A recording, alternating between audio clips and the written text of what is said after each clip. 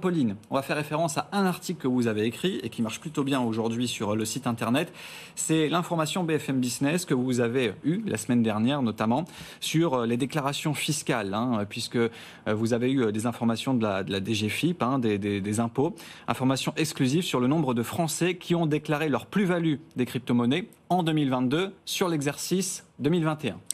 C'est ça. Alors, ce qu'on a appris, c'est que 20 000 contribuables ont déclaré 400 millions d'euros de plus-value nette en 2022, donc sur les revenus de 2021, des chiffres communiqués par la DGFiP, vous le rappeliez. Et donc, du coup, selon nos calculs, après le prélèvement forfaitaire unique de 30% qui s'applique aux plus-values en crypto-monnaie, le fisc a donc récupéré autour de 120 millions d'euros d'impôts, donc grâce aux gains des Français avec les crypto-monnaies sur les revenus de 2021.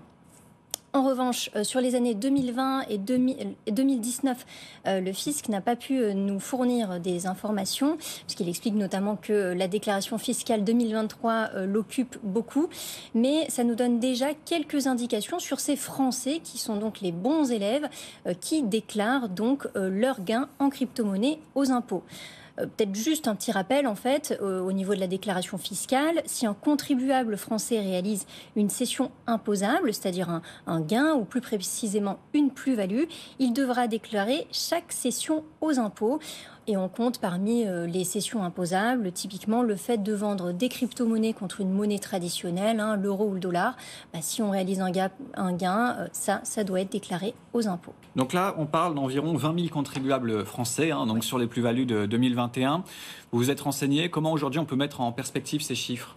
Alors, j'ai aussi parlé en fait à la société Waltio qui est spécialisée en fait dans la fiscalité des crypto-monnaies et qui aide notamment les Français à faire ce calcul de plus-value qui est clairement pas évident à faire. Et ils nous ont expliqué qu'en gros, leurs 7000 clients, donc sur l'année 2022, pour les revenus 2021, on reste sur la même année, ont réalisé 145 millions d'euros de plus-value.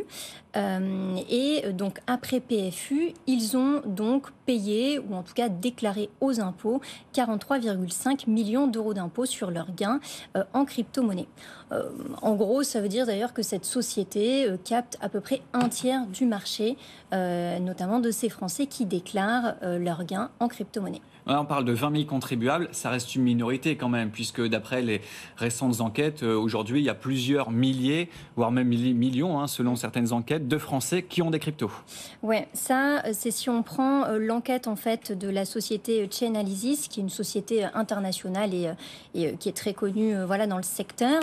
Et elle avait sorti en fait il y a un an une enquête sur les gains des investisseurs crypto, selon laquelle en fait on apprenait qu'au niveau total et mondial, les investisseurs crypto avaient gagné plus de 162 milliards de dollars dans le monde, donc sur les revenus de 2021. Et parmi ces investisseurs, on avait des Français qui auraient encaissé plus de 4 milliards de dollars grâce aux crypto-monnaies. Donc ça fait un chiffre assez conséquent. Assez conséquent, et on est trop loin, pour revenir à la case départ, des fameux 400 millions que vous avez eus. Ouais, effectivement, il y a un gap qui est énorme, et typiquement, si on était vraiment sur ces 4 milliards de dollars, l'État aurait dû encaisser 1,2 milliard d'euros, notamment après la flat tax, et ce qui est clairement très loin des 120 millions que l'État aurait dû encaisser. À suivre, on verra ce que ça donne, puisque là, ça y est, les déclarations sont ouvertes pour les revenus 2022. Ça a été un peu plus compliqué, c'est pas vous que je vais le dire, sur les cryptos, et donc forcément, il y a eu plus de moins-value l'année dernière qu'en 2021.